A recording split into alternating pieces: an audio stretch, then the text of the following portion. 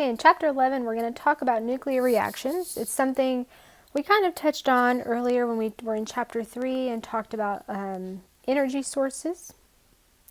Our chapter outline is going to be radioactivity, types of decay, isotopic notation with a little bit of a review, nuclear equations, half-life, radiation units, radiation exposure, nuclear fission, nuclear power plants, nuclear fusion, and then some problems associated with nuclear energy. So nuclear radioactivity comes from the fact that there is an inherent, so natural radioactivity associated with some atoms which are unstable.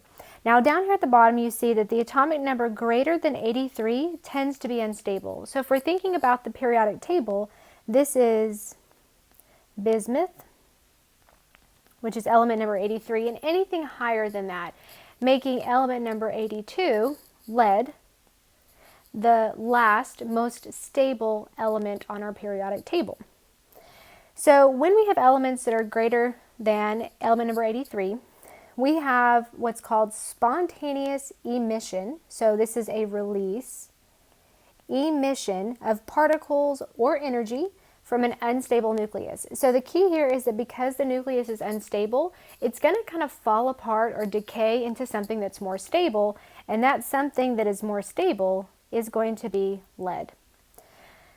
This was discovered by a scientist by the last name of Becquerel, and there are radiation units that are named after this scientist, but then there's going to be lots of people, lots of scientists who have devoted a lot of time and energy on the study of nuclear chemistry and nuclear radioactivity.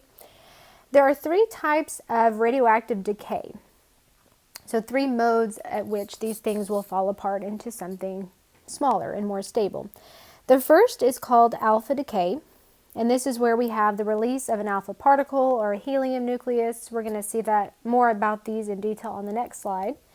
Then we have beta decay, which is a high energy electron. And then we have gamma decay, which is not a particle, but it's a ray. Remember electromagnetic spectrum, and we had anywhere from radio waves, microwaves, infrared rays, X-rays, and then gamma rays. Those were those high energy waves on our electromagnetic spectrum. And gamma rays is also something that can be released when we have nuclear decay.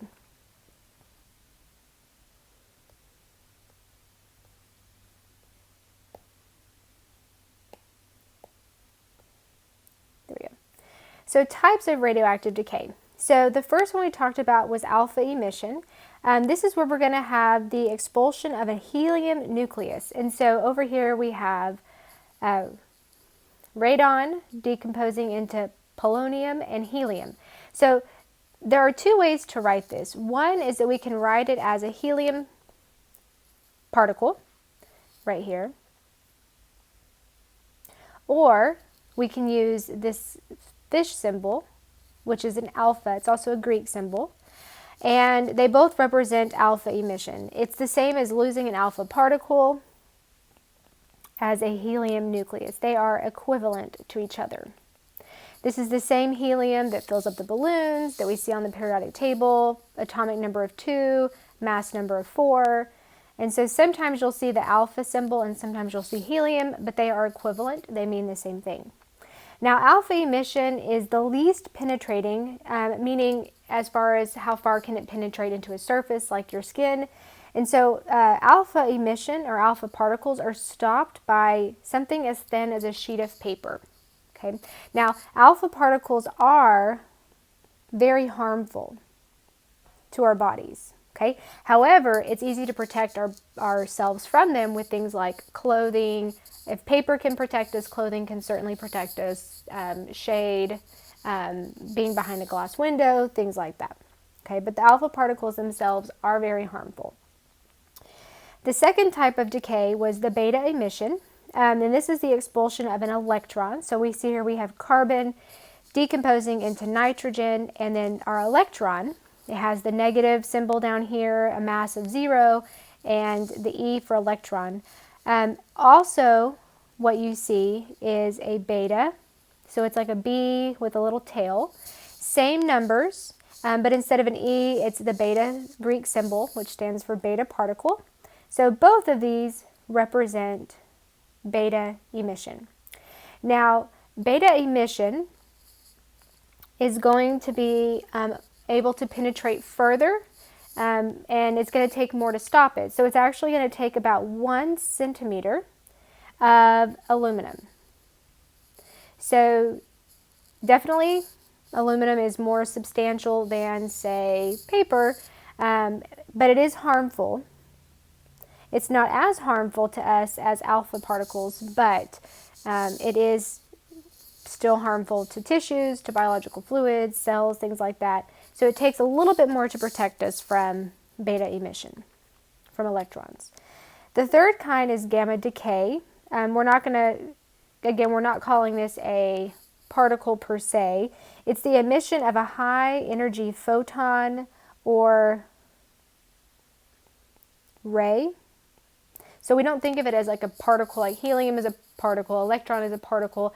A photon is not technically a particle. Remember, we talked about photons as being discrete particles, but they travel in waves, and so they're a little bit kind of a hybrid, but it's not incorrect to call it a gamma ray. Now, so we see here we have radon. This is an excited state radon, unstable, decomposing into radon and releasing a gamma ray. Now, gamma decay, gamma rays are the most penetrating, and so it's going to take a lot more to stop them, which is actually 5 centimeters of lead. If you've ever had an x-ray done, you've probably worn a lead smock, not 5 centimeters thick, but you've worn a lead smock to protect your body from being exposed to x-rays where it doesn't need to be.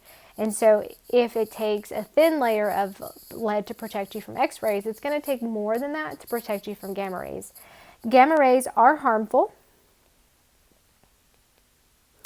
so it's not good to be exposed to them, but they are not as harmful as alpha particles.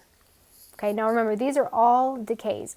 So all of the particles or the waves are going to show up on the product sides because they are being released. The next thing we're going to talk about is isotopic notation. We're going to have a little bit of a review because we've talked about this a few chapters back. So remember, the atomic number is equal to the number of protons in the nucleus. That's the number down here. On the periodic table, this is also the number that's on top of the square. Okay, and so it tells us how many protons. If it's neutral, it's also going to tell us how many electrons. Then, in order to get the number of neutrons, we take the difference between the atomic number and the mass number. So you subtract them from each other, and that would tell you how many neutrons you have. Okay, so 146 neutrons. If we have isotopes, these are elements that are going to have the same atomic number, so uranium 92, but it's going to have a different number of neutrons, so the mass number will be different because the mass number is a total of the protons and the neutrons. So same thing with our new particles. We did our beta particle, our alpha particle, our gamma ray. The bottom number is the atomic number. It'll tell you the charge. And then the mass number is the number on top. And then the symbol E tells you particle symbol. So what this is going to bring us to is balancing nuclear equations. Okay. So nuclear reactions are going to be represented by balanced nuclear equations. There are two things we have to conserve, charge and mass. So we need all of the numbers on the top to equal and all the numbers on the bottom.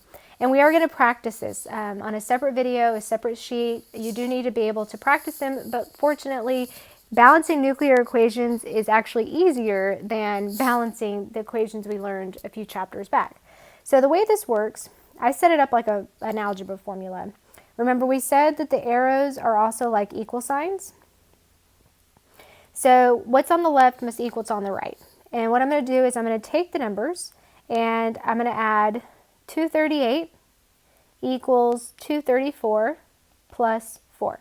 So I did 238 equals 234 plus 4. And I'm going to see that 238 is equal to 238. And yes, it's balanced. Do the same thing for the bottom. 92 equals 90 plus 2. 92 equals 92. It is indeed balanced. So what this means is, say I have three things here. I have one reactant, two products. Say I didn't know what else was produced. Well, if I know what they must equal on the left, I can identify an unknown, and that's what we're going to practice. Okay, but I want you to see how the numbers on the top and the numbers on the bottom need to equal on the left and the right with respect to the arrow. So go ahead and take a break, practice balancing the nuclear equations, come back, and we'll talk about half-life and finish up the rest of this chapter.